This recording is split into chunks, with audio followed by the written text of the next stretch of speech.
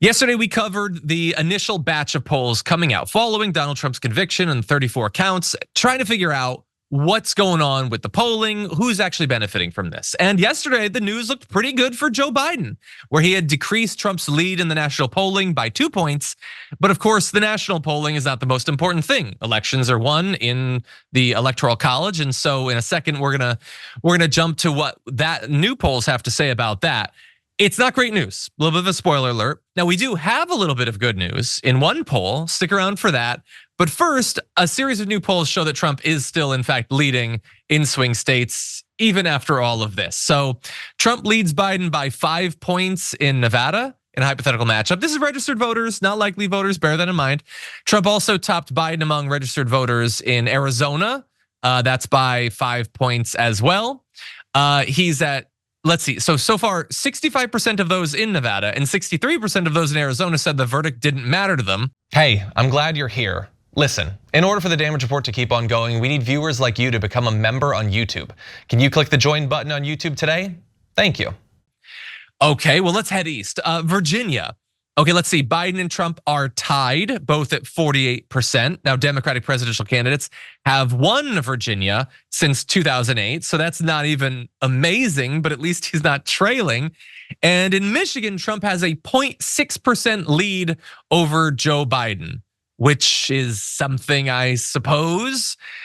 Now, in this Emerson poll nationally, they have Donald Trump up by 6 points, which just seems absurd now. But yeah, like I said, we have some positive news to come. But I don't.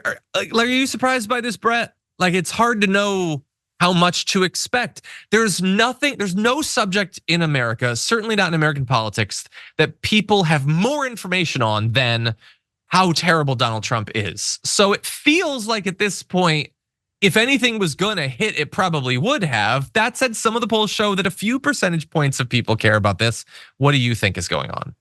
Well, nothing makes you long for the passionate love of an ex more than a current boyfriend or girlfriend who just isn't really making you feel loved or put a lot of spice in that relationship. That's what it is. Yeah. Typically what happens is, with people like Joe Biden, with the incumbent, you really need to feel the love. If it's a certain kind of incumbent, then you don't want to switch horses. If there's certain kinds of things happening out there, you don't want to switch horses. But like, there's a lot of ways more than ever that you're able to specifically target people and amplify specific bits of the narrative. And so with the Israel situation, the weird way that you don't really feel like these awesome job numbers are directly benefiting you in any particular way, this feeling of like, I just feel bad. That's gonna work against you. And in terms of like Trump's a known entity. This is just reinforcing what people already know and feel about him. And the question is, like, around the margins, who can you get to come out a little more and to go away a little more? And not a lot of people haven't really engaged each other very much. So this will all change. But for now, it's not like this was oh my God, I just found out that this guy who told us he would never sleep with a porn star and cover it up has slept with a porn star and covered it up. It's like, no, that vaguely fits with this guy. Yeah, and again, they look. He does all of the crimes in public, so you've had a lot of time to care about it if you were going to care about it. Maybe when the sentencing happens, maybe in the unlikely event that there's prison. But that said, there's so many big things still to happen. You have the RNC and the DNC and the pick of the VP, and we'll continue to see what's happening with the economy. There's a lot going on. This is just one extra thing sort of thrown into the mix.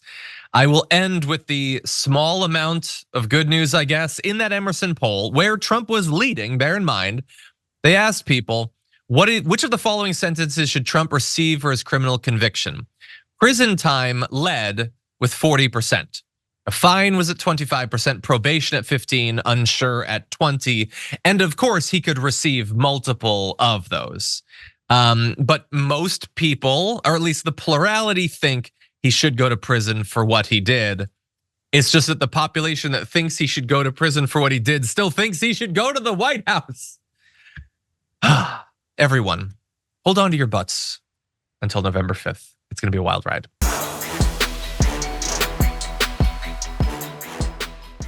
Thanks for watching our video. Did you know that you can support our show by becoming a subscriber? Just click the subscribe button and also ring the bell so that you get notifications when we're live or when we post new content.